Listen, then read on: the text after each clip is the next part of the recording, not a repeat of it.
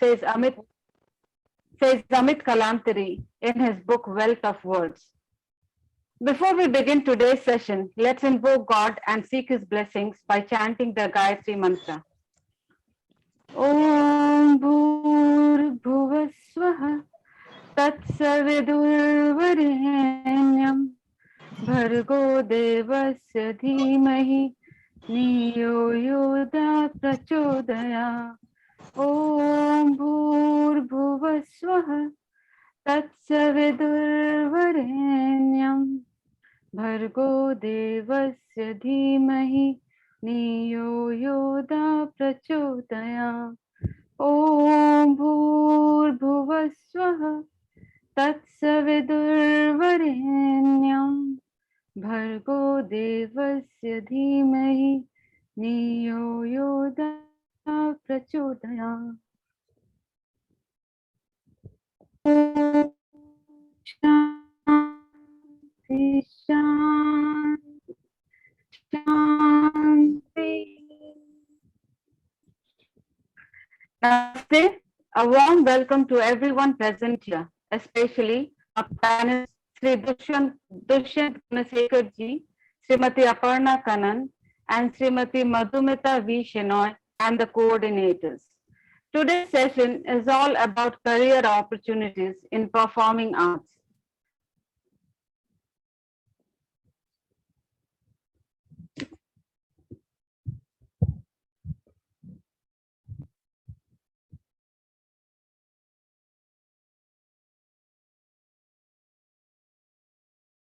I think we lost ma'am there.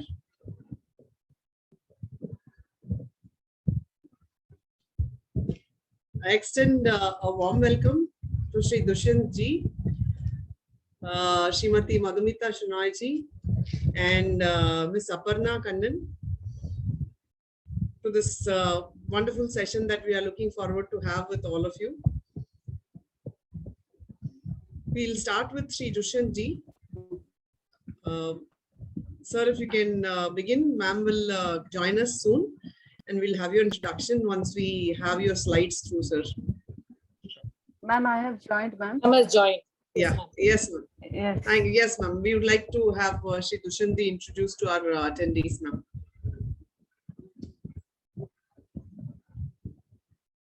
Yeah, shall I start, ma'am? Yes, ma'am. Please do. Please go ahead with the introduction. Yeah. Today's session is all about career opportunities in performing arts. Now, what is performing arts? It is an expression of human emotions expressed through various art forms, and the expression is expressed through music, dance, theater, painting, sculpture, etc. Today, we see a growing tendency in pursuing science, technology, engineering, and mathematics, STEM, and numerous articles vouch on the importance of STEM. But Dan Gale, a renowned journalist, in a recent column wrote, I understand the importance of STEM education, but STEM does not go far in solving our problems.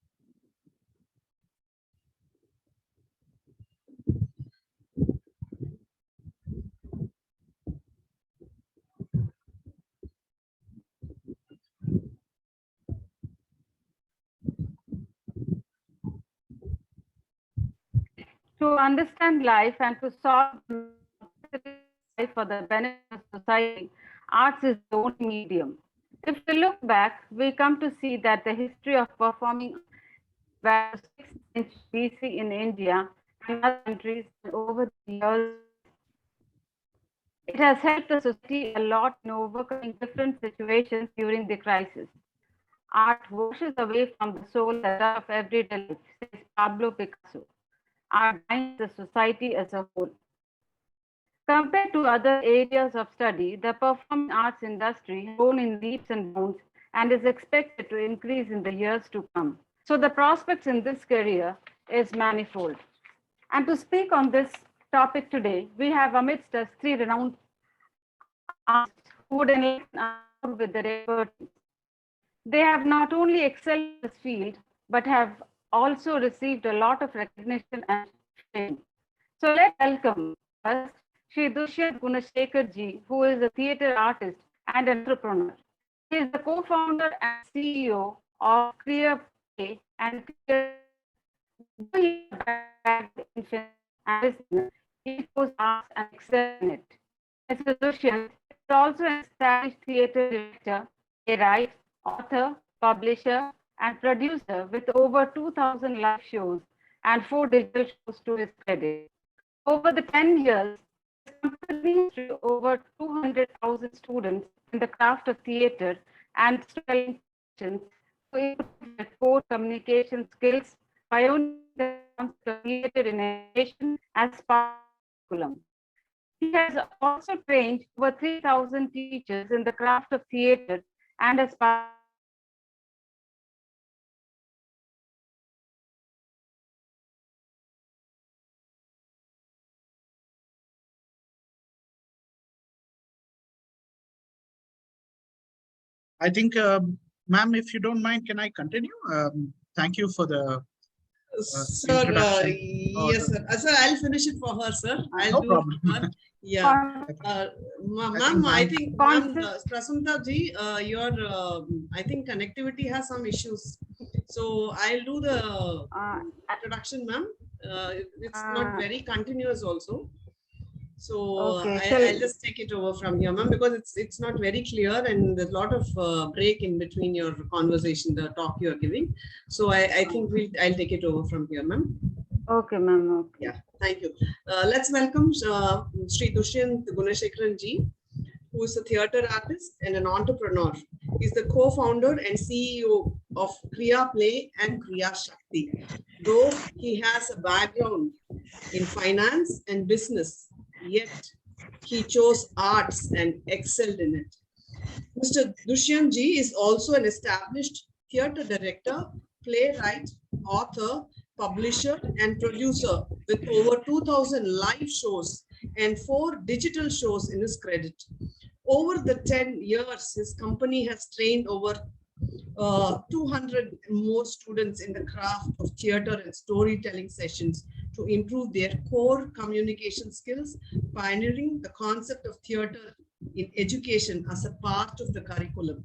He has also trained over 3,000 teachers in the craft of theatre and has pioneered in the concept of making a full-time living out of theatre and drama. His Kriya Shakti is the first company to institute PF for theatre artists in the country. That's amazing, sir. Thank you, sir. Thank you for being with us. The stage is all yours, sir. Thank you so much. Thank you so much.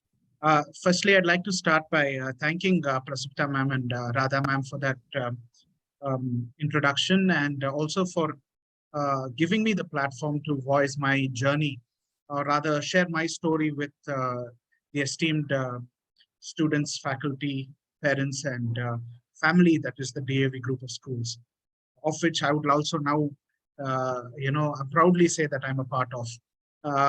But more than anything, I must commend the idea of career guidance, even in supposed off the beat, off the track professions like performing arts being given so much importance. Students, I'm really, I look back to my school days, and I always think about, if I had gotten this guidance at that point in time, how much easier my journey would have been, and how much more information would be at my disposal to make decisions. I can't complain because I am following my passion and doing what I love doing. But at the same time, there are so many questions that you would be facing yourself, and so much noise from out there. And these platforms, I think, are very critical to cut out the noise and focus on the most important things, so that you may make the decisions which is best for your future, and therefore the health and future of our community and our country. I'll dive right into my 10-minute presentation today. As ma'am mentioned, I am the co-founder and the CEO of Kriya Play and Kriya Shakti. A little bit about that before I jump into the presentations. I'll just take 2 minutes explaining my background and my history. I started much like all of you in your 11th and 12th, hoping to score the 95 to 99% and get into your quintessential rigmarole of professional courses. I took the commerce group and I wanted to be a chartered accountant like my father. And I got my 97% in 12th board, and the world was expected of me in terms of becoming a CA, and over after that, taking over perhaps some businesses that my father has, or some other new path that I could forge for myself. But from a very young age, I was bitten by this bug called theater, and I've always been enamored by the idea of carving out and creating a story for the stage. It was something that was always enticing for me, something that always drew me to it. I could never explain what drew me to the stage, but I will only explain like this. I could bifurcate my life as the Dushyant before theater and the Dushyant after. And I prefer the person who I am after theater came to me. And I found that I was able to take feedback better. I was able to absorb like a sponge anything and everything around me. My skill of observation was far more heightened. And I could see anything and try to carve a story and relay it to an audience. And I also found it relatively easier to find audiences, which also today, in today's day and age, in whichever line of industry you may be, to find your audiences or customers or patrons for whatever it is that you may do, and bring them all together with you to make them journey with you, is a very, very difficult game. And that's what theater gave me. I was very fortunate to find a band of people who trusted my instincts, made me a director, gave me the opportunity to direct them at a very relatively young age. I joined Vivekananda College in BCom, but that's when the culture shock really hit me. And I realized that the kind of benefits that I had in school and the kind of theater training that I was bestowed with was not really prevalent at this point in time. I'm talking 2005, 6, even as early as just 15 years ago. The concept of theater had not really percolated down to as many people as we would have liked it to. That's when I decided that I wanted to, champion the cause of theater, especially in the area of education. It was, I think, very critical a tool for education, and we found our niche over there. And from there, it grew. We have started, teaching theater in over 80, 90 schools. And from that module and that engine of institutionalizing the craft, we were able to industrialize the idea of making sure every Saturday, Sunday, we perform in various places. We perform over 200 shows through the year. Even online during the pandemic, we were able to perform to audiences. So we found in different ways to keep ourselves relevant. Around 2016, we started publishing books that had plays, scripts, stories that we had created over the years that would be useful for the classroom or otherwise. And from that publishing, we even went ahead and created our own app, which has video performances of us. We had audio performances, audio books, even published ebooks were available on the app. And now the latest invention that we have created from all this is the ability to go onto our app and perform also. So you can read, listen, view, and perform on our app. So the journey of the last 12 years is one thing I've learned is that the concept of theater is not restricted to just a stage. When ma'am said, go to the stage and now the stage is yours. The stage now in today's day and age is a small little box on a computer screen or a mobile screen. It can be a classroom, can be your stage. A stage could be you as a CEO of your own enterprise going up in front of investors and pitching to them like how you see in Shark Tank. There's a lot of theatricality in their presentations as well. So for us, my biggest takeaway and biggest learning is in 12 years, I keep redefining what is theater, and that question is always paramount in my mind. What is theater? And many of you might be having the question as well. So let me start with that. Theater for me is a concept that takes any germ of content all the way into some kind of form to an audience. So if you have any germ of an idea, any stimulus, say you want to talk about, the armed forces, say you want to talk about education in the country, say you want to talk about independence of our nation, or something recent that you read in the news that you'd like to speak about. All that falls into the bracket of content. The process of assimilating that content, making sure that it is presented in a palatable form physically to an audience, and for them to receive it, is what theater is all about. It is the process of taking content to form. That is how I'd like to simplify the entire concept of theater. Over here, if you notice in this definition, in this slide, I have not made any concept of costumes, props, lights, sound. All those are add values, the value additions or things that we add to enhance the form, so to speak. All those are very critical and very important. But at the core of it, it is a tool to tell your story, tool to carve out the content and make sure that the story is available to your audience and the audience receives it and do what they want to do from it. And I want to tell you that the concept of theater is not restricted anymore just to any stage where 1,000 people are sitting and watching. The stage concept or the theater concept has evolved and percolated into our daily lives. You see it on social media every day, people putting up stories. You see people doing, a lot of online webinars as well. So the future is now in the metaverse, where we are going to become characters in digital avatars of us are going to be created. In effect, we are all playing roles in our lives. Every day we enact, we react to situations, and we have to find and use the principles of theater and sort of apply it in our day-to-day life, and accordingly thread our path forward. And I feel that's where theater is going to go. So content to form is something that I'd like all of you to remember, that theater is not restricted just to a small play or some kind of performance, but it's the concept of taking any content and putting it into form anywhere, any place, anytime. How has this concept of theater evolved over the years is something that I would like to debunk. A lot of people have different ideas of what theater is actually. Ultimately, it started as a communication tool. It started primarily in the early man age where, we were predominantly hunters and gatherers. At that point in time, to pass on the trade of how to hunt, how to gather food, we had to enact and tell, because language hadn't really formed at that point in time. When we enacted and performed how to hunt, when we enacted and performed how to gather and farm, that's how knowledge itself was communicated from generation to generation. So in effect, it is the first ever tool of communication, is how I'd like to view theater or performance.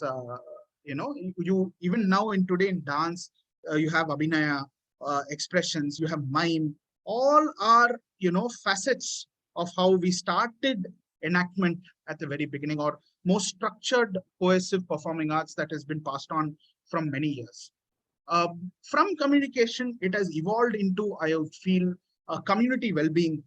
You see in the West, and also very predominantly even in India, if you go into our tier 2, tier 3 cities and towns, even now, there is a lot of theater that happens next to temples, next to, as part of the ceremonies for religious functions. There's a lot of theatricality in that, the way they enact it, they bring the characters to life. Our own Terukuthu itself is something that, even now is practiced in every street corner to involve the community and give them a sense of escape and give them an idea of what the stories of the day-to-day are. The Greeks also used it extensively as a tool to communicate news of the day. So any political news, any kind of political, this one, in fact, it was a great tool to enhance democracy. The Greeks founded democracy. And one of the greatest tools to make sure that day-to-day political news reached the masses was theater at that point in time, street theater. From there, it evolved into something that brought people together, which is, I think, the greatest thing that theater is, the gift of theater has to provide.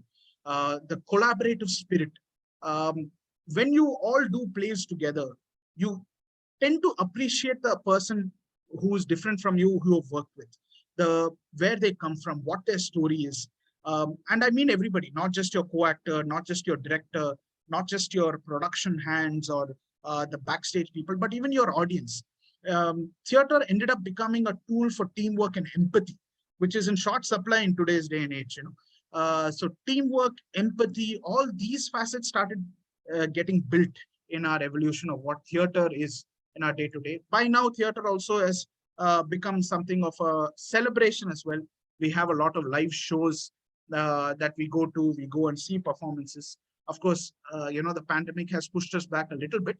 But even if you have festivals, you have like for Diwali, you have you have put up plays. Even for Durga Puja, there's a huge amount of plays that are put up by certain communities, focused on it. So every single community that has wants to share their story of celebration, invariably they use theater and storytelling to percolate it in an oral fashion. Uh, all these four C's that you see over here, communication, community well-being, collaborative spirit, and celebration, it's been part of our lives, but we don't generally talk about it on a day-to-day. Why? Even when we sit in front of our grandmothers, grandfathers, and the way they tell their stories to us when we were little children, those are the stories that stick, and those are the stories that we kind of use as a kind of a principle to lead our day-to-day lives. So those little facets is what theater has evolved into our how I would say into our psyche almost.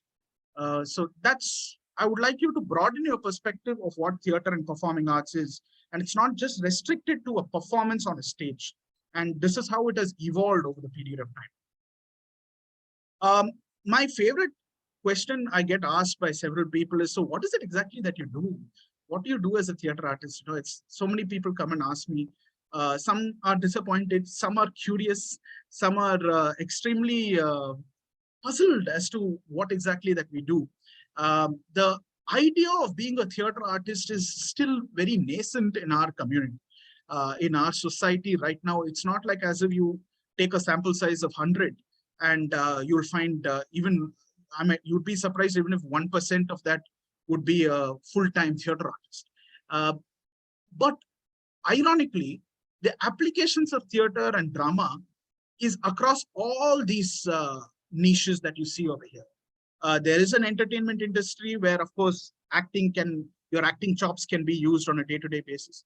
Communication, which is a huge part of any organization, internal communication, external communication, branding, marketing, all these facets use how you use your dialogue writing and your script writing prowess can find its way into marketing as well, content writing, copywriting, content creation, textbooks, fiction, social media marketing. All those places will need your writing and direction skills, your video making skills for YouTube. All these places also there are applications of our theatrical skills.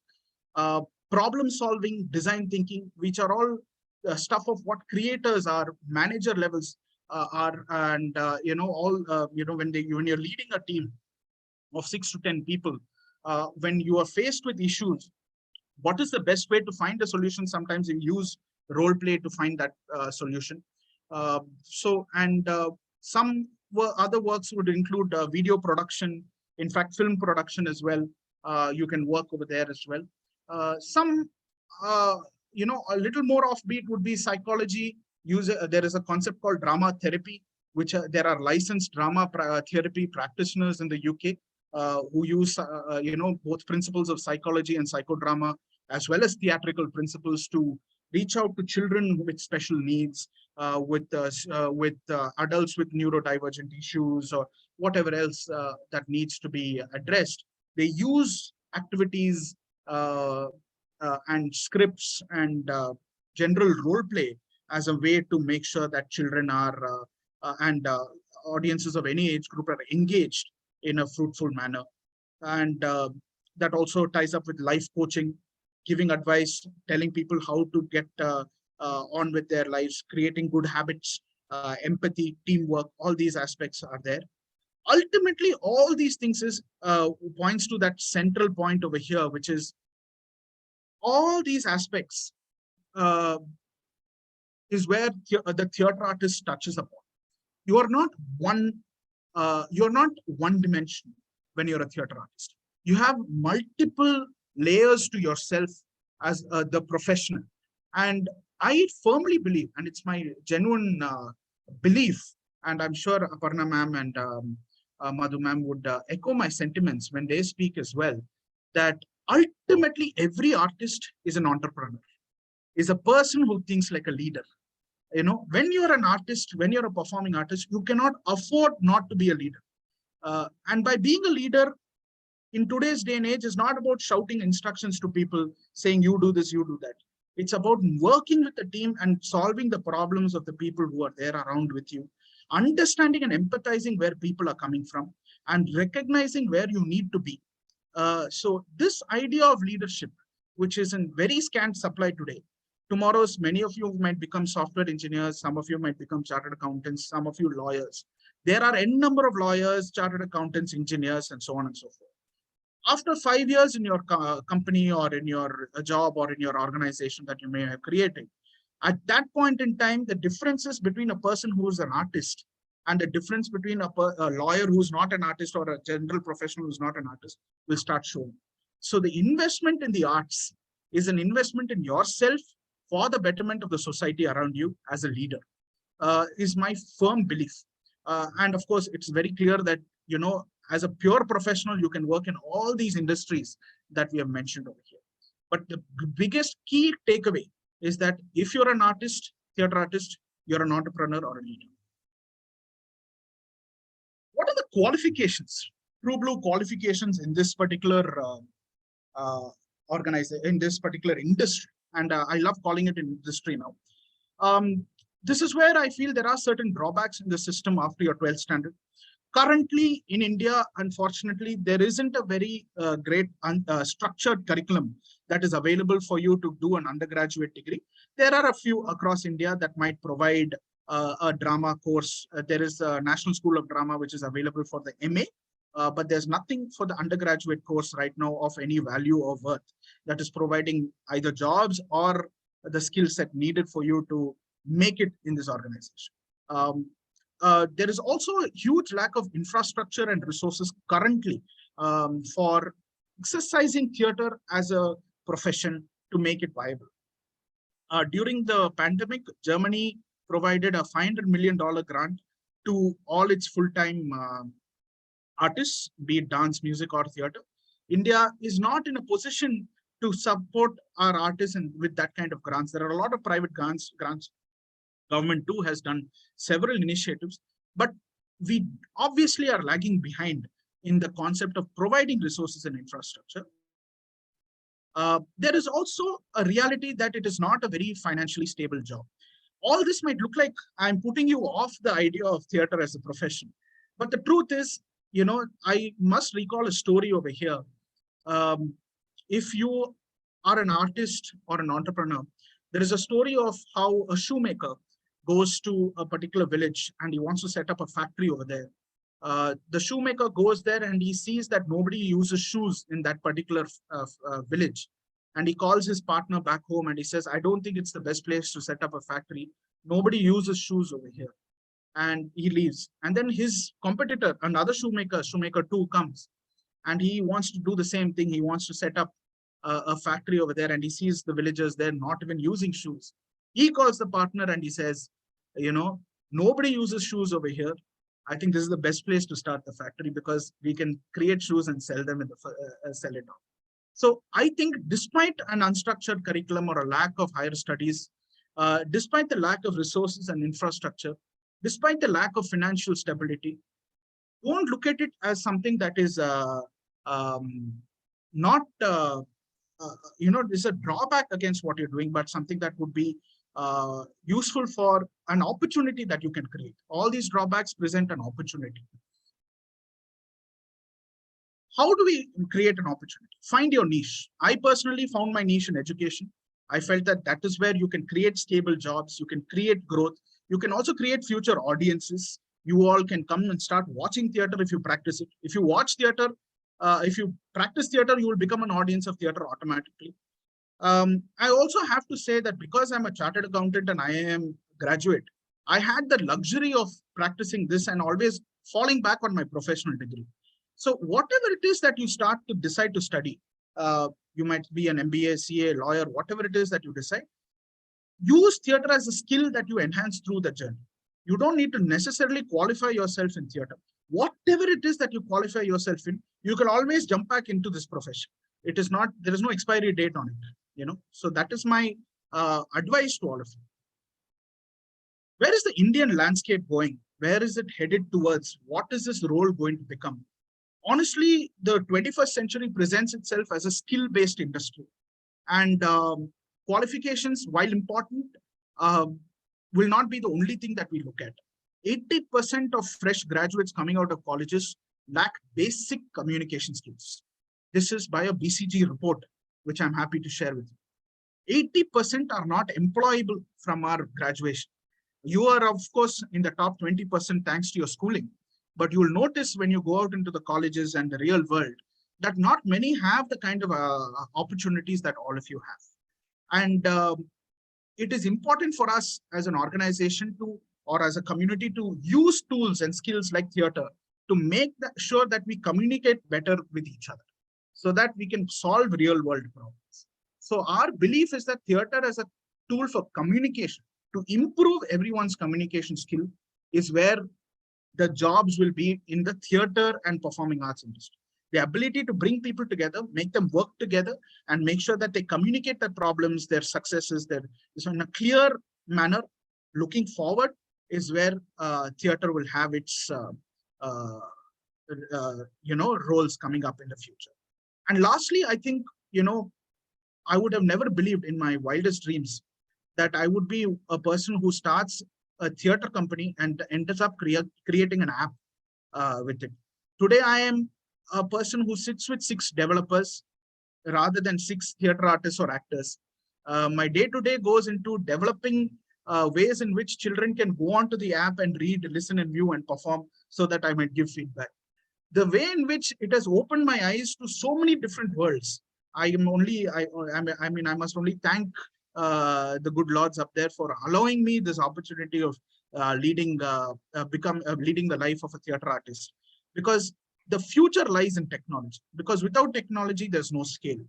You must embrace the idea of taking the concept of theater through the lens of a digital world. It is, I know, a little hard to digest when I'm speaking right now as a performing artist, but yeah, and there is a lot that we enjoy live. I'm sure your annual days and all that are all memories that you all grow up with. But where the world is moving is where theater will go as well.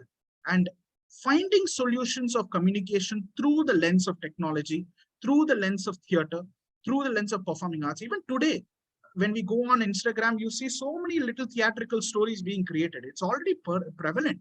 So embracing it and using it for the good of society is where all your roles will come into if you were to choose a journey in theater. Even if you don't, I would like to make the last point here. Even if you don't choose theater as a profession, remember that we are all Indians and we are born dramatic.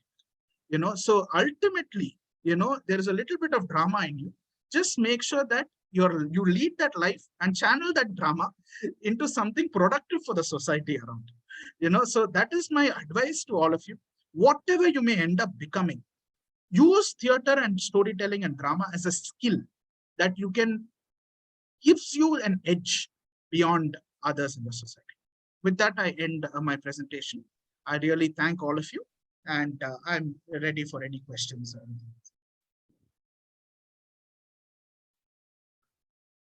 Thank you, sir, for enlightening us with your guidance and expertise.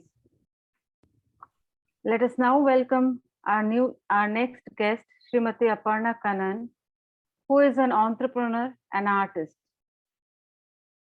She is the founder and managing director of D.A.V Fine Arts Academy. She is a Doordarshan artist and has been a professional dancer for more than 2 decades. She is a dance teacher at Asan Memorial School. Srimati Aparna Kannan has done her master's in fine arts, Bharatnatyam, from Annamalai University. She has given many performances in and around Tamil Nadu. She has performed at D.D. Podigai live shows and has also done few short films. She is a recipient of Yuva Shri Kala Bharati Award, Natya Kala Jyoti Award, Natya Kala Ratna Award, Best Carnatic Award, and Natu Vanga Kalaimani Award. Over to you, ma'am. Thank you so much, ma'am. Thank you for the welcome. Uh, so, a very happy good evening to all present here, to all the attendees who have attended this WebStem webinar.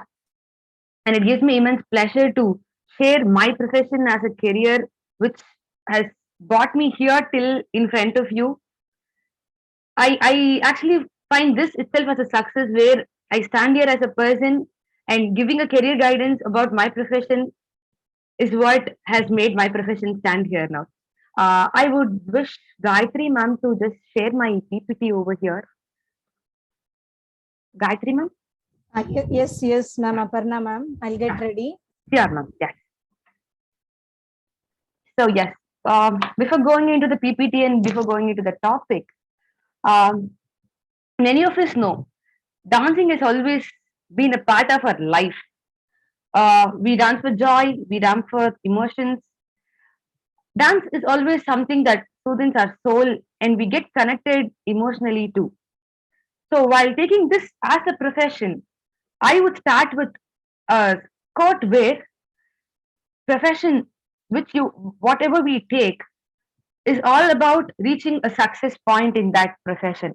Be it a engineering, be it a doctor, be it a lawyer, we all strive for the success in the field that we are into. And so, what do we call it a success? Success is nothing but a position where we stand, making ourselves happy that we have done something for the profession that we are into it. So, me standing here for explaining about dance as a career, dance as a profession, I would say every single stage that a dancer, that an artist steps on is a success in their life. Not everybody out there gets a stage to perform, gets a stage to show what they are capable of doing it. So every single stage that we step into to perform or to show our talent to the world is a success.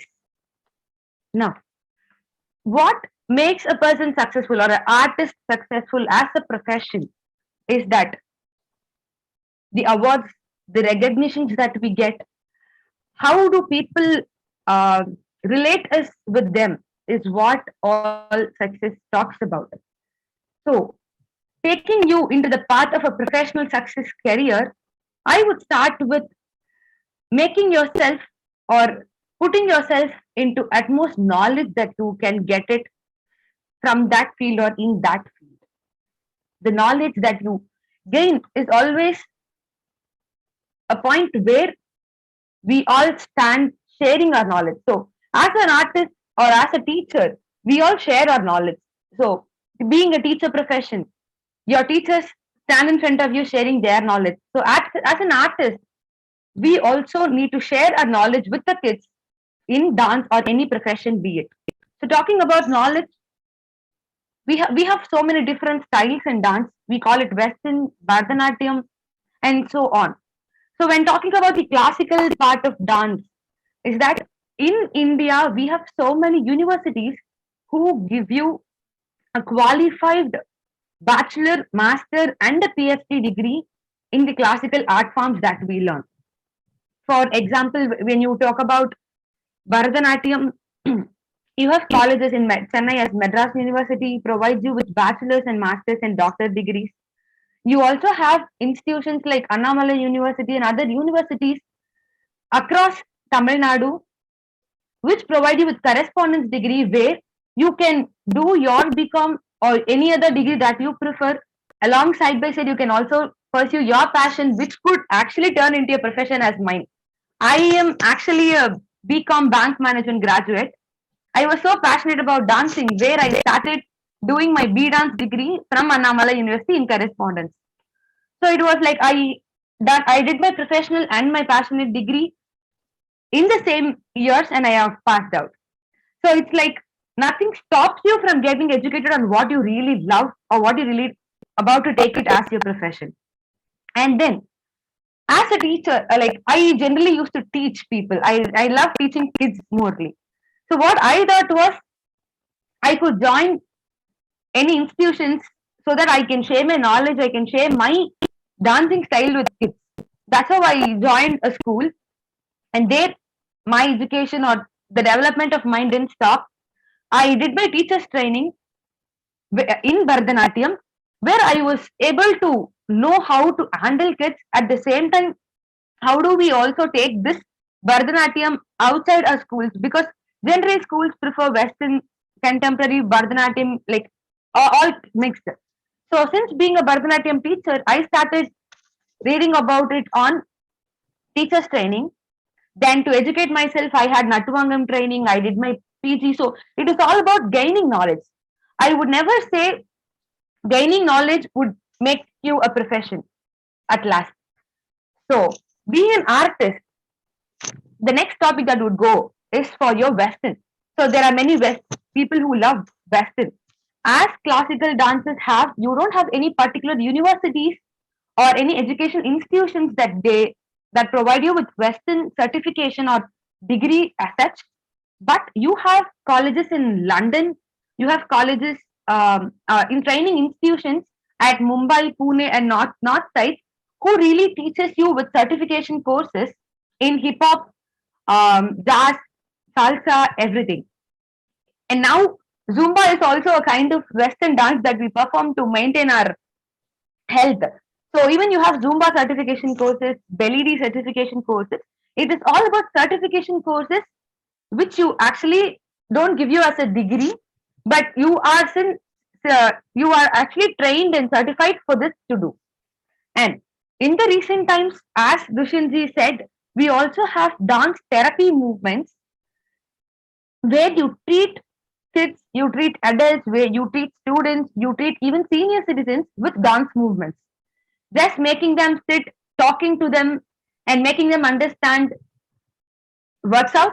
At the same time, it is a way where you make them dance, you dance along with them, and you treat them. So you have dance therapies, which is actually provided in many of the institutions like Symbiosis, CIS, CTMIA. They provide you with certification and a PG degree in dance therapy. Those who want to take it further, psychology. Doing psychology would help you more in learning about dance therapy with a basic knowledge in dance, be it any style, be it Western, be it classical. You need a basic knowledge in any of the dance forms, and psychology would really help you to know about the therapies, dance therapy in future when you're going to take this as a profession later. So since you get educated, just education is for your self development. So how do you actually project yourself as a profession or an artist to the outer world? So being a profession, you teach, but when you step into the outer side of the world, to the worldwide people out there, you need recognition. People recognize you only when you do something from the art that you love. So how do you get recognized? How do you stay relevant to the art that you are into? Is be relevant with what you are doing. Be you a dancer, be you a theater artist, be it anything that you wish. It is all about creating contacts, making new people, meeting new people of your own profession or any other profession, be it where you share your knowledge. So me being a really best example, I would say, because I was just a Bharatanatyam classical dancer who just performs in temples all around my area. And when I started my institution, Someva Fine Arts, it was just confined to one particular area. So all of a sudden, I got an opportunity to do theater. It was all, I actually thought it was a dance drama thing where I go dance and come. So I was actually staying relevant with two, three of my friends who were there into other fields. So all of a sudden, I got an opportunity to do theater. I just went. I had an audition. I would say my dance has helped me to jump into theater and explore the world in theater, where my expressions, the abhinaya actually what I learned was little more modified, where how do you perform an abhinaya or how do you act on stage before a live audience? How do you act behind a camera? How do you perform in before a live audience? How do you perform offside camera, onside camera, everything? It was all a pure learning where it all started from the theater. Then to make more little more into it, I just got to know that Doordarshan DD of Chennai gives you with certification of a graded artist of Doordarshan. So where I went, I had just applied for Doordarshan. We had an audition. I got selected. So once they gave me an opportunity to dance, they themselves asked me whether I can host a show in Doordarshan. And I was like, okay, fine, I'll just give a try because it is the opportunities that you avail being an artist. Because being an artist and just staying at home or just being on social media will never work out. When you get an opportunity, just try to grab it and give it your wholeheartedly so that somewhere or the other it gets clicked. That's how I was into hosting a show. So Doordarshan gave me an option, like gave me an opportunity to host a show purely in Tamil. So that's how I was about got to know in outer world looking at Doordarshan. So that was the first stage where I thought, okay, fine. I have been recognized by people for what I'm doing for it. Somebody knew as an artist, theater artist. Somebody knew me as a dancer. Somebody knew as the person who hosts the show. Then that's how. When I hosted a show in Doordarshan, I got a contact to perform in a corporate event. Corporate event is nothing where all cognizant, TCS, everybody have their annual bash, annual awards functions. So I got a team where I got to perform in a corporate function and the journey to success step there. So from being an artist who just performed in temples, I started performing in corporate shows. And later on, when a media journalist troupe found me doing it, they asked me to do a performance. And where I started to perform for press and media's award functions where I was recognized and was awarded with the central government award. So there was my second step of success as a professional and as an artist. The knowledge that I got is on the side where I teach. The next side was where I stepped into as a profession with recognitions. So it is all about the opportunities that you grab. And at last, when it came to strive more for the recognition that I actually wanted. As an artist, we all strive to make yourself perform before people and convey what you actually have in mind. Generally, dance is an art where you can just share your emotions with others. You dance with happiness, you see the people watching at you with happiness. When you cry, people on who watching you cries with you. So it's all about making things happen around you, around the people. Because just watching at you, staring at you like this is not where the artist stands. You need to have the artist come along with the journey that you are performing on the stage. So that's how I got my first stage experience, a solo recital, literally after 12 years of my hard work. To present an hour of performance between in front of a live audience was a dream for me, and I got it by just improving myself. So the journey to success, you got to create contacts, you got to avail the opportunities, you got to go with the flow. Then all of it ends at a point where you put in your wholehearted efforts to make it happen. Not by just trying, not by just focusing on what you actually need, will not make you come out of the comfort zone that you are actually in. So for me, I am most of a classical dancer. So for me, it was very a comfort zone for me to be as a classical dancer itself. But now I wish learning styles. So kids who are into Western dance can try learning any of the classical art forms. Those who are purely into classical, you can try doing it because when you have opportunities, when you meet into opportunities, it's like you don't have to step back stating that sorry, I don't know that particular style because I have done it. Because since being a classical dancer, I used to do only classical choreographies. So when I was approached for a Western or a folk choreography, I think twice. But now watching more videos, making myself into the art form, I'm like, okay, I can do. I'll just give it a try. In Solta, I just started doing Western folk choreographies also. So it is all that you keep yourself relevant to what you are doing.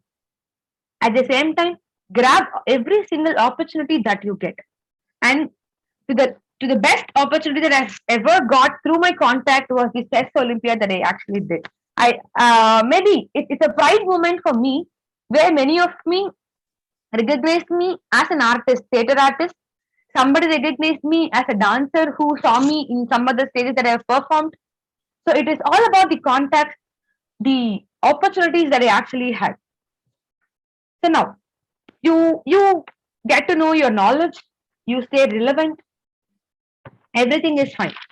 Now, what happens when something not goes right with your profession is what? Because every single profession has its own pros and cons. You may succeed, you may face the failure, you may be frustrated at a point of time where nothing goes on what you have actually planned. I would say profession by artist or being a performer is when you support other performers or other artists around you. Being a dancer, go watch performances. Excuse me.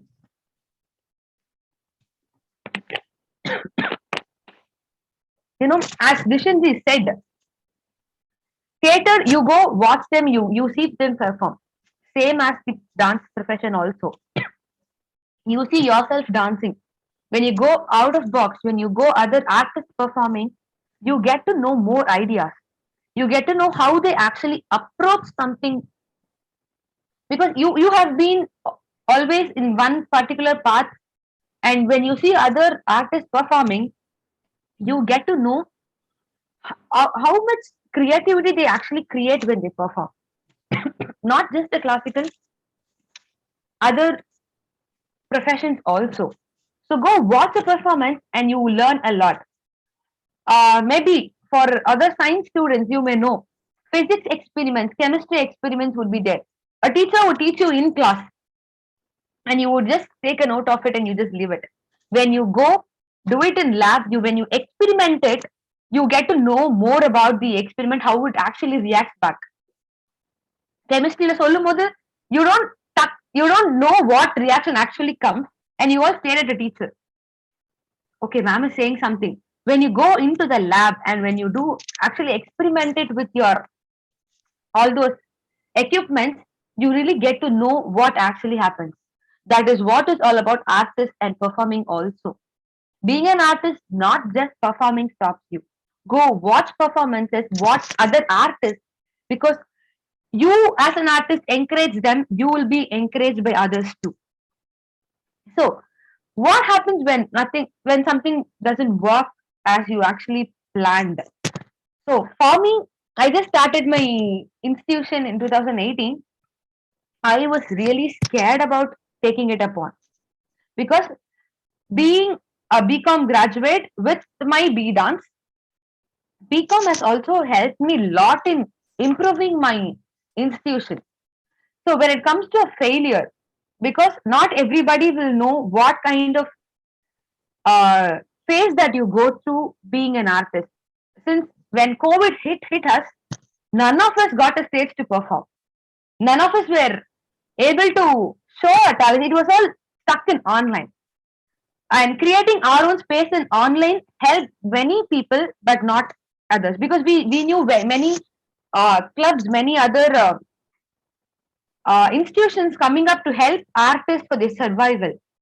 So being an artist, you see the most successful phase in your life, and you also meet with the most things that way you don't get a stage to perform. The places where when COVID happened, we all stayed home.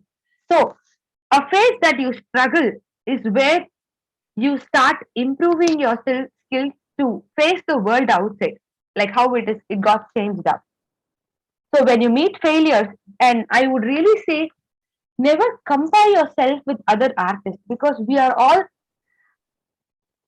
taught in our own genre, our own style of dancing.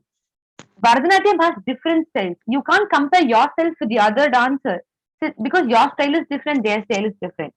Zumba is different, hip hop is different, tap dance is different.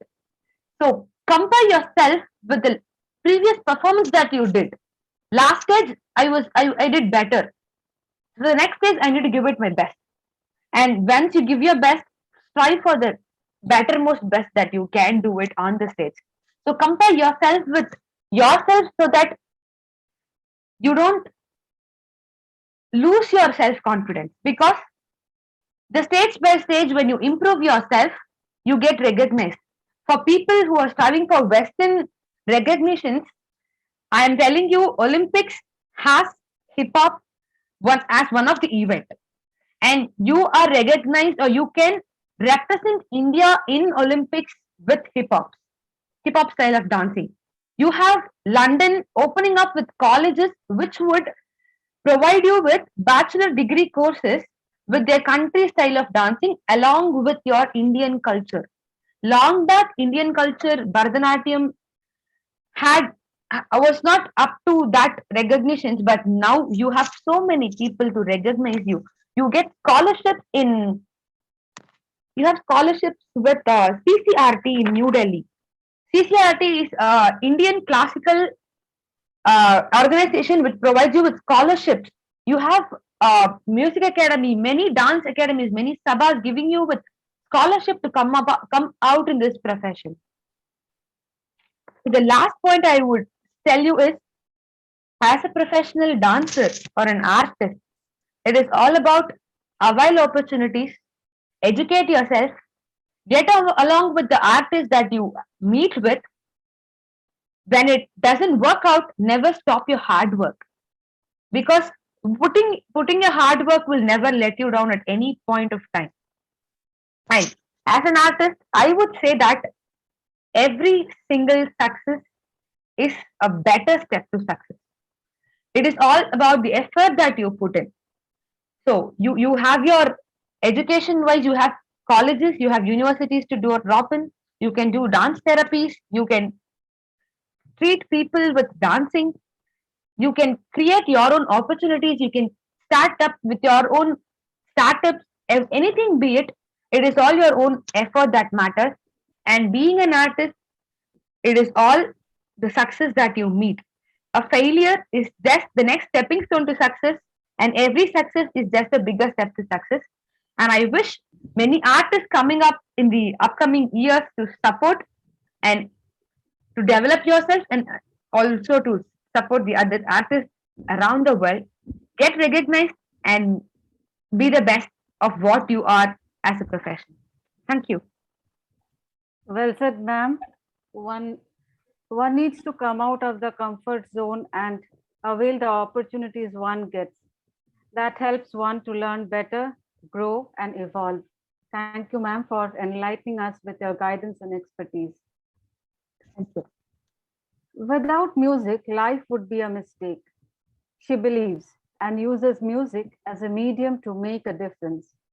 So let's welcome Srimati Madhumita V. Shenoy, who is not only a music teacher, but also a music therapist.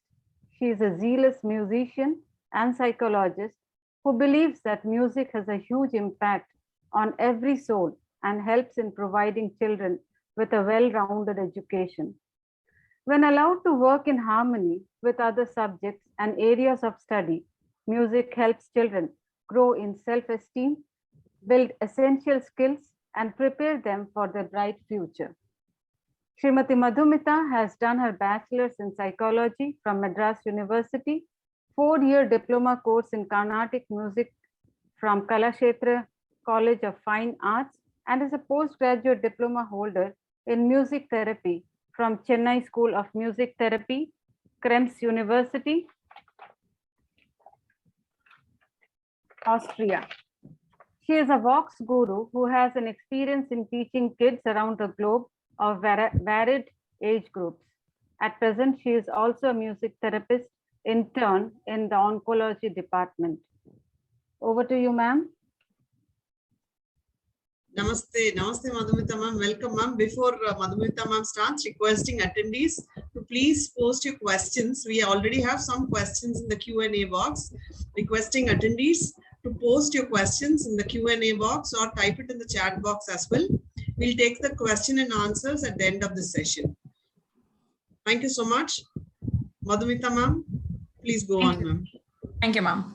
A very warm good evening to everyone here. Yes. Thank you, Prasupta ma'am, for the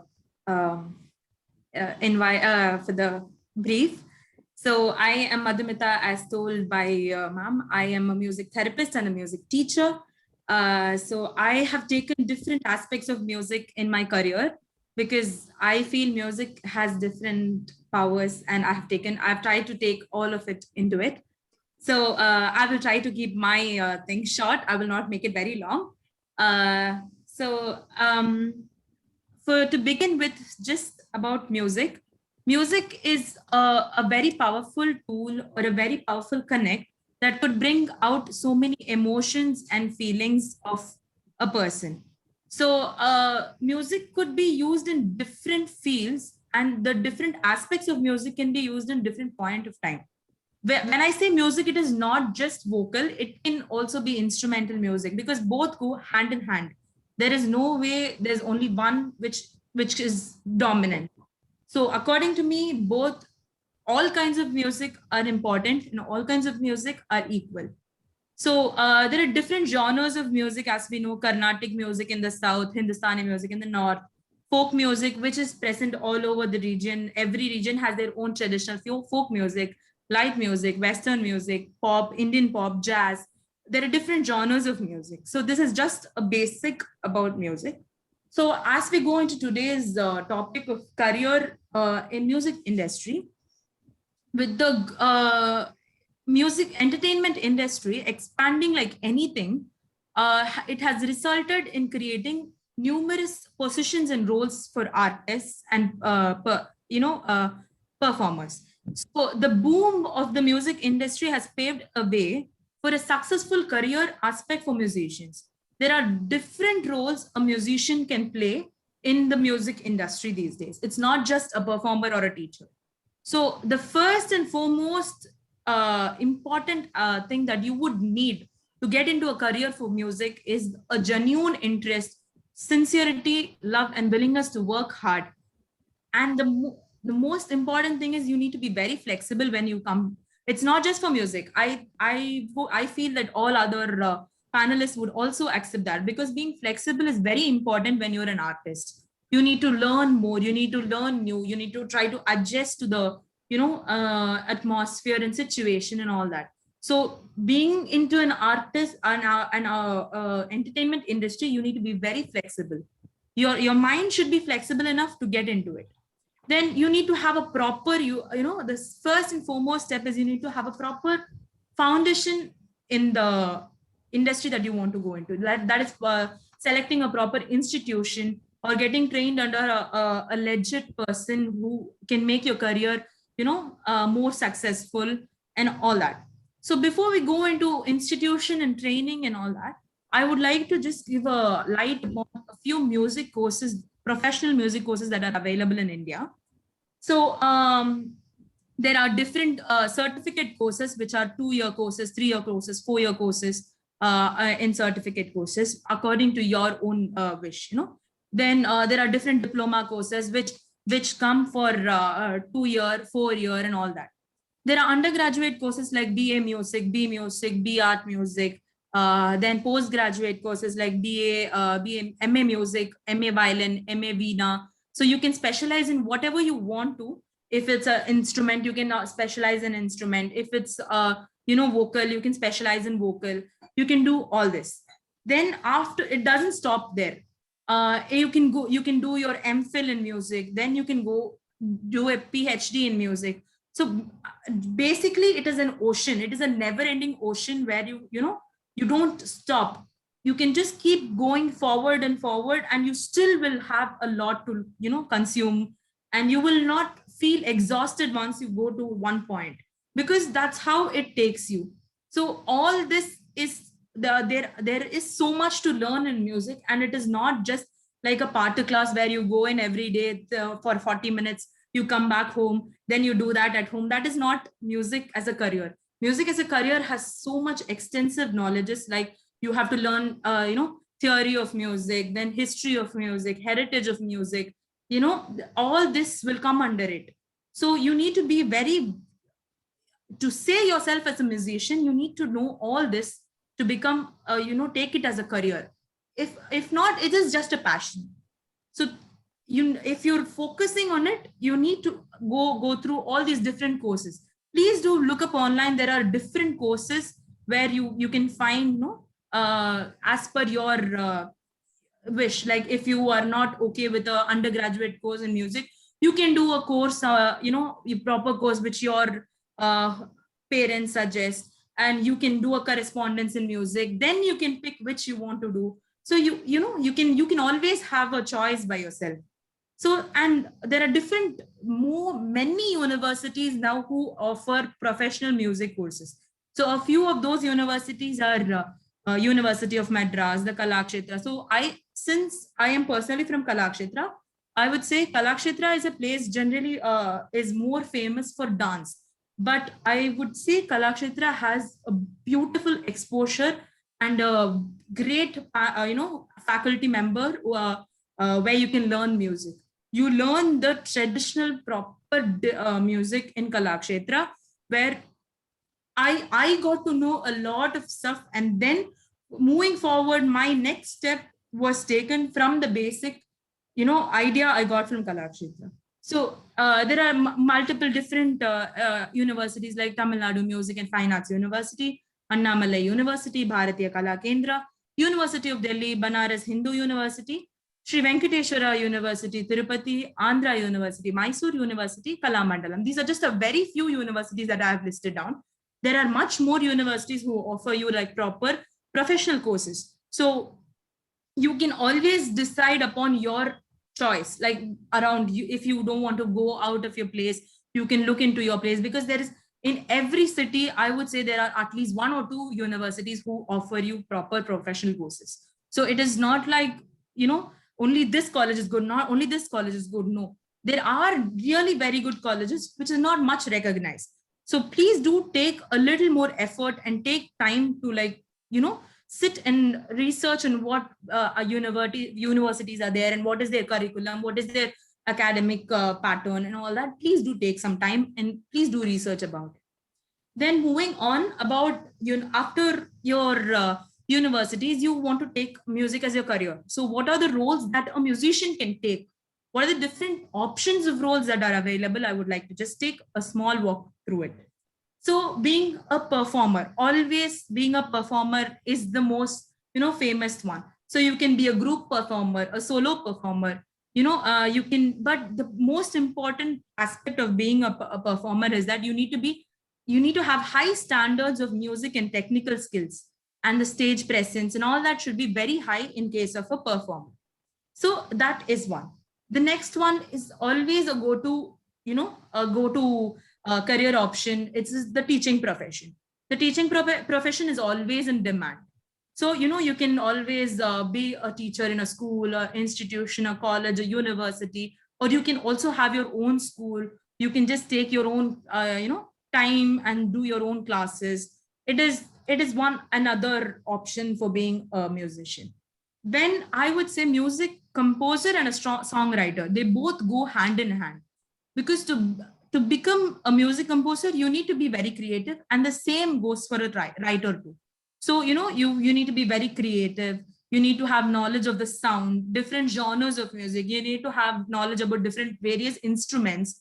And, you need to be extremely creative and imaginative.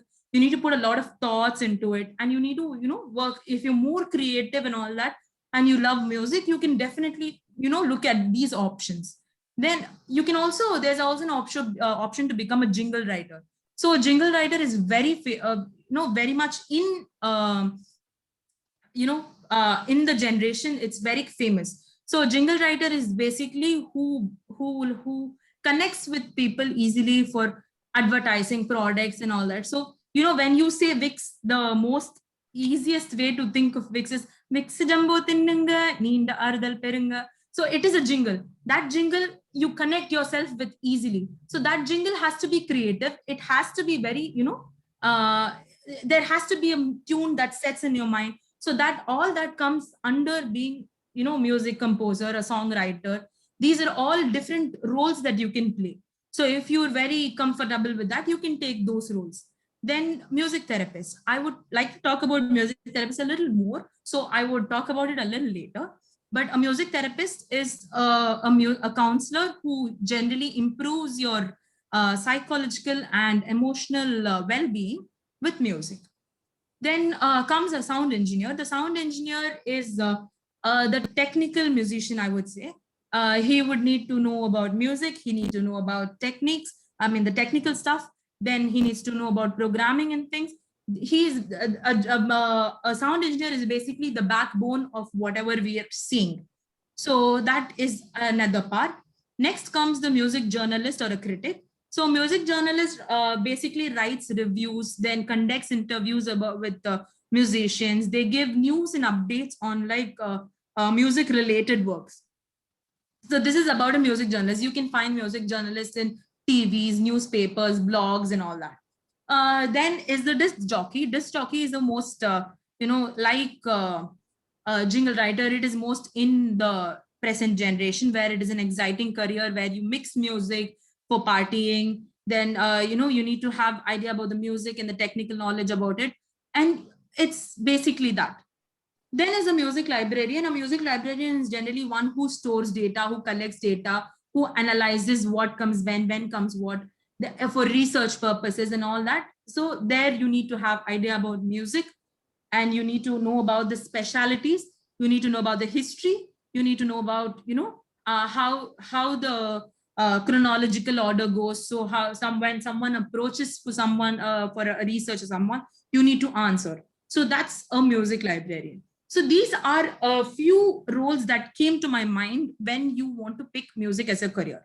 So where could you find these roles is the next question.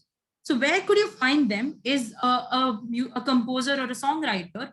You can always a sound engineer, or you all can always opt for music companies or production houses where music is made, and or you can do all your works there. You can also find music composers and performers, artists here in FM radio stations, or for government jobs. You also have All India Radio, which is the AIR, or the Doordarshan. These are all quite a government job related, where you can become artist, or you can become a member, where you can become a music journalist there, or you can become a music librarian there. That is the next. Then you can always have a band of your own, or you can be a part of a band where you can become a music troupe.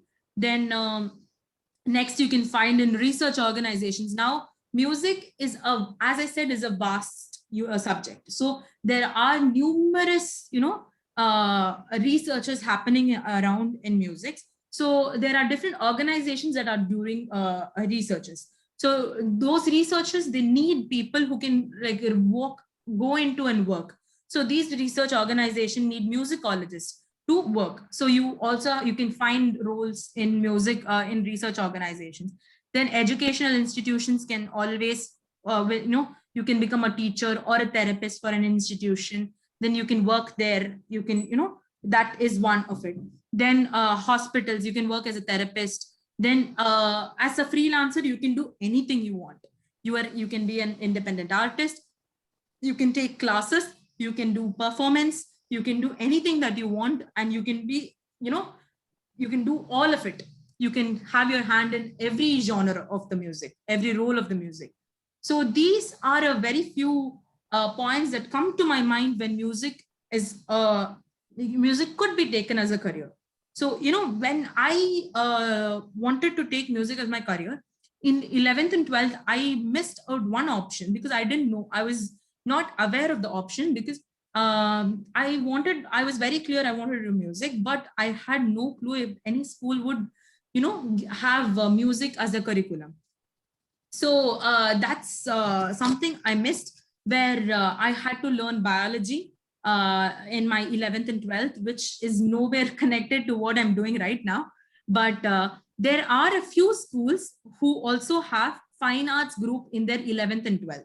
So there you can pick 5 subjects of your choice, which has music, arts, dance, and along with that, you can take 2 other subjects like English or math or English and science, and you can, you can pick things like that. So you can also, if you're very clear that you want this, you can take school, you can look into schools that have options like fine arts group and all that. Because for me personally, I felt very bad when I couldn't do something about it in in my school also.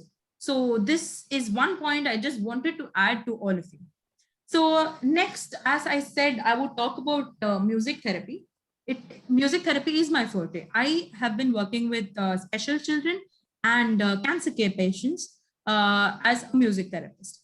So a music therapy is basically approaching, it's a therapeutic approach of, making a person better with music. It can be physical wellness, mental wellness. It can be anything. So it is, music therapy is a concept which is just taking a baby step in India.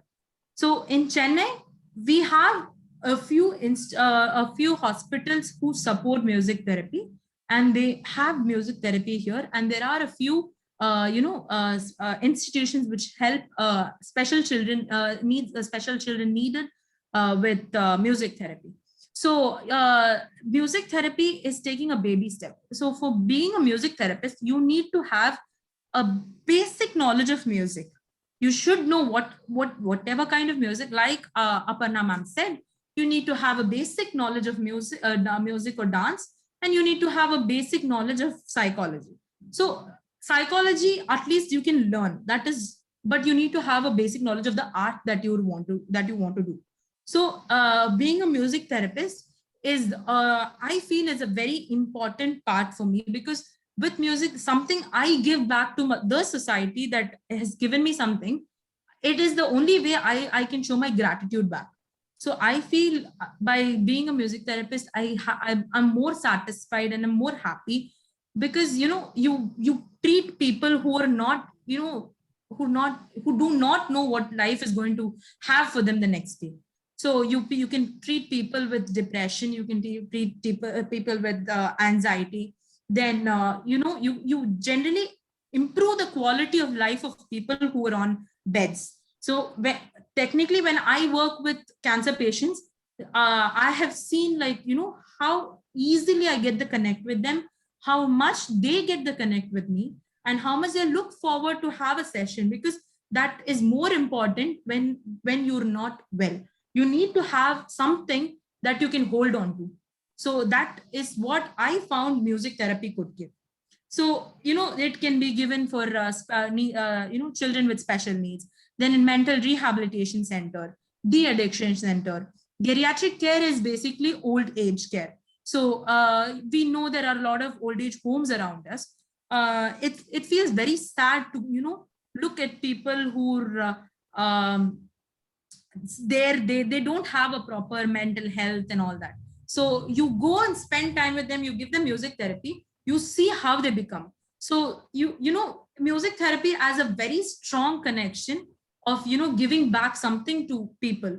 So I would say being a music therapist is a blessing in disguise. So you can always become a performer and a teacher and everything, but whatever field you pick up, please do try to give back something to the society and give back something to the people around you, because that's more important. I would say they're all your blessings that would be counted at the end of the time. Okay, so I would not like to move away from the topic. So these are a few health benefits of music, where it reduces stress, anxiety, it improves immunity, it motivates to exercise more.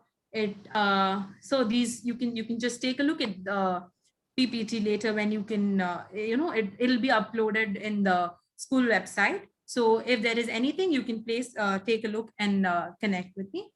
So lastly, I would just like to add a few pros and cons. I would not say the cons to be very, much, but since there is a positive side, there should always be a negative side. So being a musician, you can always make people's life better, and in turn your life is also better. But always see someone else smile, you smile.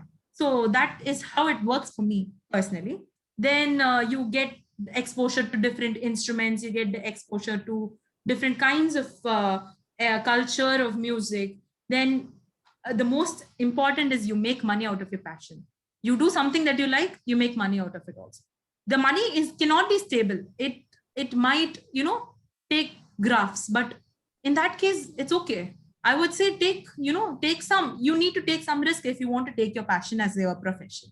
So works can be shared across the globe. So it is not like a one room work where only your work is known in your office. This being a musician or an artist, your work can be shared across the globe, and it can make different contacts around the world. Then working as a musician is less stressful, I would say, definitely, because you do something that you like. In turn, you're definitely less stressful. So being a musician is always less stressful. That's the most important pro, I would say. And it can take you around. You can travel around the world when you perform and all. You get free stay, free accommodation, and you can. That's like a pro, I would say. Then a con is definitely you will not have holidays, because if it's a Sunday or any day you need to perform, you have to go. You don't have a choice.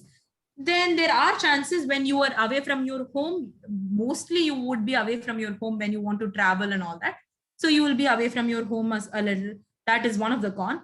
And the con that I have not added here is again the stability of being a musician. But I would say, why only choose one aspect of music and say that it is not stable? Choose different aspects of it and say, I would say, I would say always the music has different bright sides. So please do try and take different aspects of it and take everything into it. And, if you have 2-3 roles in your hand, there is no, there will no, you will not have a question of being stable. No, you have something or the other coming into you. So I would say, if you're considering music, please do take it seriously. And if you do need help further, you can always connect with us. Good luck for all your for future plans. And I thank D.A.V Group of Schools for this amazing opportunity I got to talk about music therapy, music as a career. And I would like to extend my warm and happy thanks to Radha ma'am, especially for considering me among all the different people around, and who are more, there are people with better grades and all, but still ma'am wanted me to do it. So I'm very happy, very grateful, and very a big thanks to Radha ma'am and HM ma'am and the whole group. Thank you so much. Hope I made the attendees a good, you had a good light on the music part. Thank you. Well said, ma'am. Music heals and keeps us alive. So it's well said, when you do something out of love, it becomes a passion. When you enjoy doing it, it never becomes a stress. Rightly said, ma'am. The only thing is that one has to have the interest and passion to learn and keep going, since there are many opportunities to choose from. So we really very thankful to you, ma'am. Thank you, ma'am, for enlightening us with your guidance and expertise. Indeed, it was an enlightening session, which not only illumined us, but has also changed our thought that STEM education is not the only one through which one can excel and flourish, but that performing arts can also be chosen as a career to grow and flourish. And when it is seen from a wider perspective, performing arts helps in rejuvenating souls and building a stronger and better society as well. Now I would like to request I just say we'll take the question and answers, ma'am. The QA box, we have a couple of questions. There are some interesting questions. Ma'am, there's one question which says, I'm sure all of us have had a look at it. Madam Aparna, I'm surprised you seem to be very young, and it was informed that you are in the dance field for more than 2 decades. And the screen shows so many programs and awards, and you run your own academy.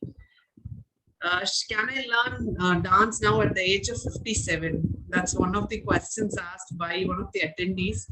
So that's a wonderful question, ma'am. And I think most most of us also would like to know, is there any age limit, or at 57 are our limbs flexible enough to learn dance? Being an artist or being a learner is never confined to age groups, ma'am. You be True, 60, you be 80. If you love to learn, age is never a bar to learn. And I am fortunate to say that I have dance. I have students for dance who are actually doctors by profession, and they started learning when they are at their early 40s. I have IT professions who learn dance. So it is all that, it is just the interest that you show. If you have interest, and we can surely go for it. great So age is answer. never a bar to learn an art. I think the attendee got the answer for that, and she can go ahead with learning at the age of 57. Great. Well, there's this question which I think Shri Dushanji, the question is the present school curriculum, tough syllabus, especially for 10th and higher secondary, makes all work and no play, even for the intelligent students. So it's difficult to manage time for such passion to pursue. Please comment about this. Something I think sir would like to take it. I think that's a good question and valid concern.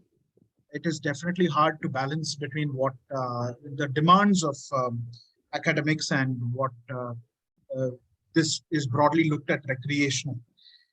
My issue with that is, I think, the fact that we still look at performing arts as something recreational. When ma'am said STEM, I'm assuming that the academic pressures come from the science, technology, engineering, and mathematics subjects. I would like you to re-engineer your thought process in terms of making it STEAM. Okay, science, technology, engineering, mathematics, right in between is the arts. So arts will give you the STEAM to learn whatever other thing that you want to kind of enhance. You must not look at a music, dance as something that takes away from your academics. In fact, ask yourself the question, if you are given a script to memorize and perform on stage in the next 15 minutes, your cognitive ability will be working on overdrive to make sure that you learn that and go up on stage and perform it to the best of your ability if you have the skill of theater performance. The same thing if you have to memorize for a question paper and you go in there and you perform it, how much of it are you actually able to remember and provide? Ultimately, cognitive development is enhanced tremendously thanks to music, dance, and theater. It is not something that will reduce or in any way hamper your preparation. It is much better than going on a video game or going and for a movie outside. It is a active learning enhancement tool. So if you have 8 hours of study in a day, allotting even sacrificing 1 hour for your music practice or your dance practice or your theater practice is in no way going to provide a problem for your academics. I would argue that it would enhance, because it is a good way to keep yourself occupied and not be stuck in a rut. I would also like to touch upon parents who might have, I'm assuming it is a parent who has asked this question and not a student. But I'd like to tell you that, might not apply immediately for your child in 10th and 12th right now. But if there are parents of class 6, class 4, class 5, the NEP, if you study it in detail, the National Education Policy that came out in 2020, everything is geared towards art-based pedagogies teaching even your regular subjects. Story-based pedagogies, music-based learning mechanisms are going to become the norm. So I would request calling this something that is beyond just the norm itself should be stopped. That we should unlearn from our mind. These are things that have been there for so many years, has evolved with the times, and it will continue evolving. With every new evolution, the death of the performing arts always comes up as discussion. Oh, CDs vandache, oh, will it kill live performance? Oh, OTTs have come, will it kill live performances? At every point in time, we seem very desperate to be discussing whether this is relevant or not. I think considering it has survived so many years and it has evolved with so many years, you must understand it only enhances whatever your academic pursuits may be, and in no way is irrelevant. And it is going to become further relevant for ease of enhancing academic pressures. So, those who are of younger classes can take hope in the fact that pedagogically itself, we are going to be using theater, music, and dance more inside the curriculum thanks to the NEP. Thank you, sir. Thank you so much, sir, for that clarification. There's this another question which says these non-conventional careers are never appreciated or recognized by parents. So this is definitely from a student. How to convince parents even fine arts is career and not just engineering or medicine? That's a good question, sir. I think I would say $1 million question coming from a student. Clearly, a student who is interested in arts. I have only one way of answering this. Don't think it's only your parents. I face the same issue. Okay, and every parents, and they have valid concerns. It's not. Let's not invalidate their concerns. They're coming out of fear. But I'll tell you something my father told me, and I request everybody to listen to this. So at the conundrum of career, this or this, engineering or medicine, chartered accountancy or MBA, lawyer or XYZ, we seem to have pocketed ourselves in the world of OR. My dad gave me the biggest gift when we were having the same discussions and same, problems of conventional or non-unconventional. He said, remove the or and make it and. When did we ever decide that it has to be this or that? Why can't it be both? Both the worlds are available to you. You can be an engineer who's a theater artist. You can be a chartered accountant who is doing this. Like ma'am said, become a doctor and then do whatever else that you want in music therapy itself. No? Okay, whatever it is, there is nothing wrong in them demanding or requesting or fearing that you don't have a professional degree. A professional degree will make you a better artist, just like how an artist will aid in your profession. Firmly, I would tell you, I would be nothing if not for my CA. The CA degree is what allowed me to structure and lead a team of 40 other artists. Lead me to think in terms of business strategy. My IIM degree allowed me to work with other professionals in the same course who could see value in what I was doing and structure it for something that would scalable, and give it the financial core that is necessary. Tell them that this is something that is a pursuit, a higher skill that you want to keep perfecting. That is always going to be part of your life. The fact that there is no place to receive a graduation and then get an ROI on it, a return on that investment of that graduation, and that not being very clear is what your parents are worried about. Okay, whatever you end up studying, it doesn't mean that the arts are no longer available to you either. So that is also something that you must remember. Whichever medical college you go to of repute, whichever engineering colleges, there are enough and more opportunities for you to practice your art in any of these places. Sanjay Subramaniam is a chartered accountant. Okay, there are enough and more people who have done both. And there is no reason to believe that you are not capable of both either. So it is never a world of or, it is a world of and. World of and. Sir. Thank you so much, sir. And Rajeshwari ma'am has suggested, like in school, why not just have an arts along with PET, have arts period like music, dance. Ma'am, answering that question, we do have music and arts and crafts period. Though some schools, depending on the gender, we also have the dance classes.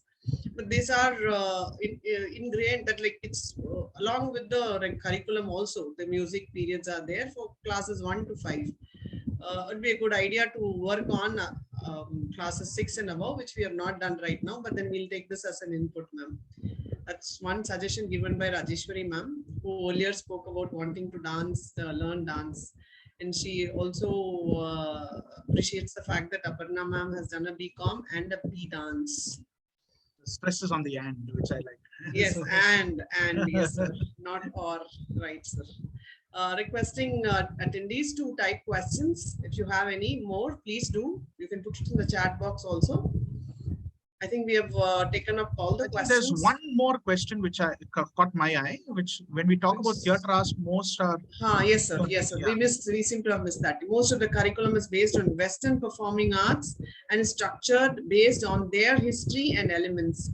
Is there any purely Indian-based standardized curriculum set up for the theatre arts as of now? That's a wonderful question. Fantastic question. I think, we have to really appreciate the question, because most of our performing arts are always judged by the soft power of the West. So I think both boon and bane of our performing arts tradition itself has largely been oral. It's been passed down from generation to generation, not by book, but by genuinely by a guru shishya parampara, where a guru passes it on to the shishya, this knowledge, and that's how the knowledge has been passing on from generation to generation. Great, because we revere the art form. We revere it because it's come from so much sweat, blood, and tears of our gurus. And this applies across all performing arts. But it's also a bane, because we have not been able to document it in a manner where we could scale it and bring as many people as possible. As far as I see, that has already been started. Lots of people in the education technology space, including us, if you look at our app, what we are creating, everything, our activities, the language we use in our classrooms, the stories that we use are all geared to an Indian contemporary usage as well. So keeping Indian stories in mind, and Indian characters as well, because we don't want a Western base, because there is no relevance to a Western base to our Indian classrooms. Even now, very slowly, we are moving away from Shakespeare and we are looking at contemporary writers, which is very hard to find, because we have not archived such plays and such scripts over a long period of time. We've not been able to present it, but we have been able to find over 3,000 scripts written over the last 10 years, which are now available on an app. You can read it, you can view Indian performing it, and you can even listen to it, and perform excerpts of it on the app. So there are enough, and it's not just us. There are several people working towards Indianizing, that's the wrong word, but finding Indian content and providing it in a manner for audiences to consume. I think that renaissance or that awakening has happened through the last 4 years, especially. And using technology, we'll be able to make sure that it reaches this current generation much faster as compared to previous generations, because that is very, very critical. What that is automatically doing is, if the content is Indian, the delivery also, in terms of pedagogy, curriculum, also is pure focused onto an Indian classroom. That is most definitely happening parallel. So it'll happen. It is happening, and it'll happen at a much faster rate. So we have to, again, I would quote the NEP, which demands that we even teach in regional languages the art forms, and Sanskrit being one of the art forms. So Sanskrit theater has found a huge taking renaissance since the NEP came about. We have found so many scripts in Sanskrit that we can use. So all these things will will find a huge audience in the next 4 to 5 years. I'm very confident. Thank you, sir. That's very reassuring, sir, to hear that we are having our culture coming up, and we have archived scripts available. So we'll definitely explore it for our school annual days, sir, taking that input, working towards it. Requesting audience. Ma'am, I just saw a question where, ma'am, what if we are interested in both? I don't know, like which both. Both as in like Both music as in and like it would be theater dance and theater music. It could be theater music and dance. Yeah. So I would say that every art form is interlinked. So me being a Bharatanatyam dancer, when I stepped into theater, I started learning lighting from theaters because they have lighting. So for dance, it is all about lighting, where when we show anger, it is of red. When we show a sea, it is of blue. So when it comes to theater, when the emotions are enacted, we started to learn lighting from that. So when you're interested in any of the two fields, you get experience in both the fields, and from there you take both as a profession. I would say that, because music is where dance and theater is upon. You can't dance without a music, and theaters are where you have background scores to be done. You have all those musical engineering stuff to be done to do a theater team. So be it any art stream, you can excel in both if you really have a passion towards it. It is not just confined to one single thing, but it's like if you got to do all the three, it's well and good. If you got to do one, it is even though better that you concentrate on one thing. So it's not like you have interest in both, you can do with both. It is not just confined to one single passion that you are into. If you're interested in both, just go for it. You learn more. Sure. Thank you, ma'am. Thank you for that connect. Are there any other questions, audience and attendees? If you have any, please do type it.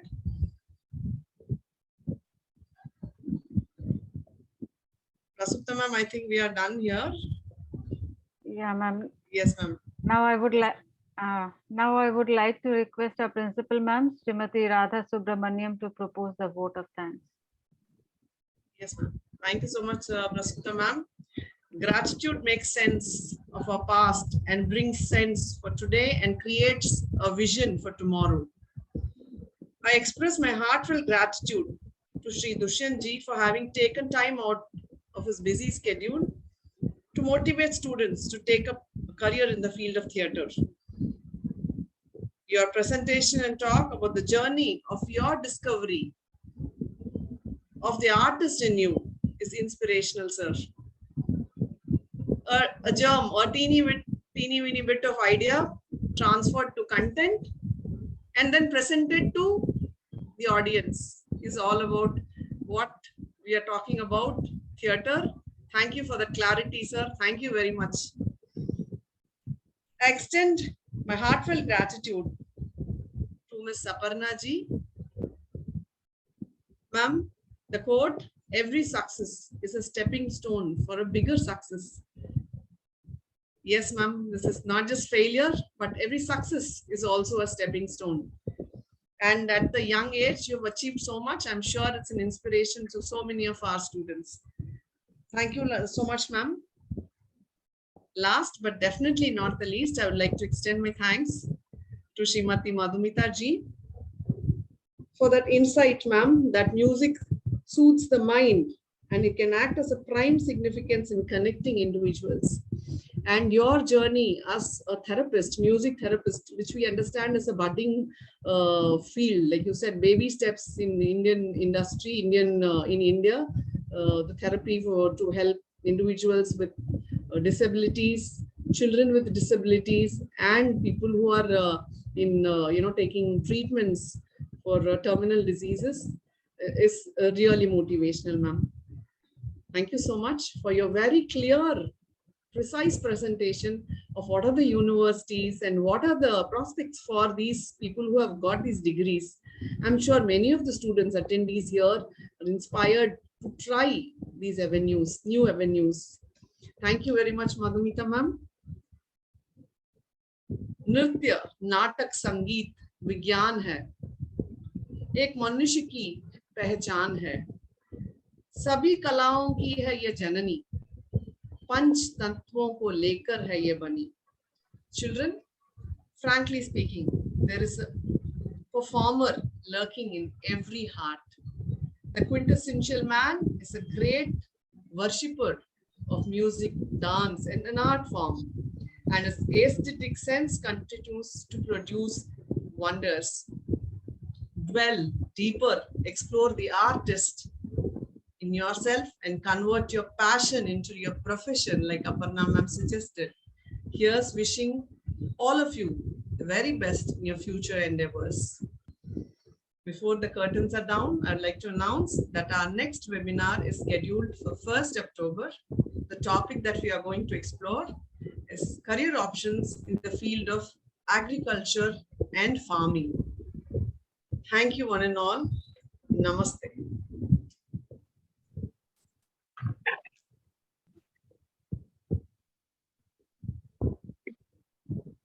Thank you so much, ma'am. Thank you. Thank you. Namaste.